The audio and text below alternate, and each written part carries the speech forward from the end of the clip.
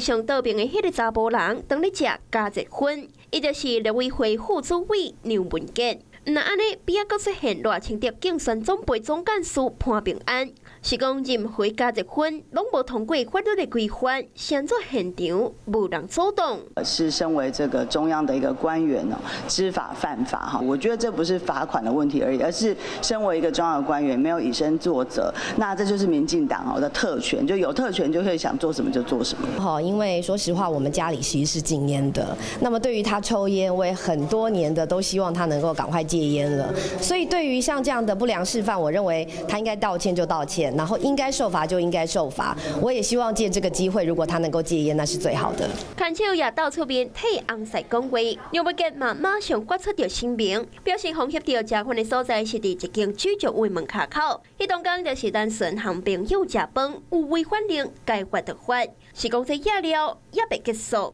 那只加热粉，昨暝国民党议员徐卡心，搁再压了梁文杰10月底疑似搁含两个清查真清凉的少年女性做回食饭。这么晚的时间，然后呢要讨论事情的话，那竟然是不是在公务的单位？那他是先搭了公务车，10月27号晚上到一间居酒屋，再从居酒屋那边呢请人叫计程车，让他到这个钟先生会所的这个地点里面。梁文杰讲一篇声明要讲，10月底是因为受到邀请去朋友的公司，绝对不含女性有不当的接触，唔通自己。昨天深夜的4张图，其实可以很明显的看到，根本不是同一个时间点，那么根本就是移花接木。那么我也知道他那一天其实是去朋友的公司来做聚会，也不是什么招待所，所以会完全的信任先生吗？当然。不一个徐卡心一透早开记者会，搁再压了梁文杰出入的这间大楼和800会馆有关系。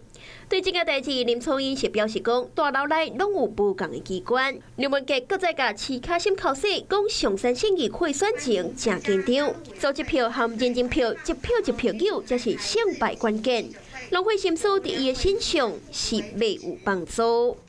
Hello， 我是易景，想要抢先掌握最及时的新闻资讯吗？赶快订阅、按赞、开启小铃铛，锁定华视新闻的 YouTube 频道。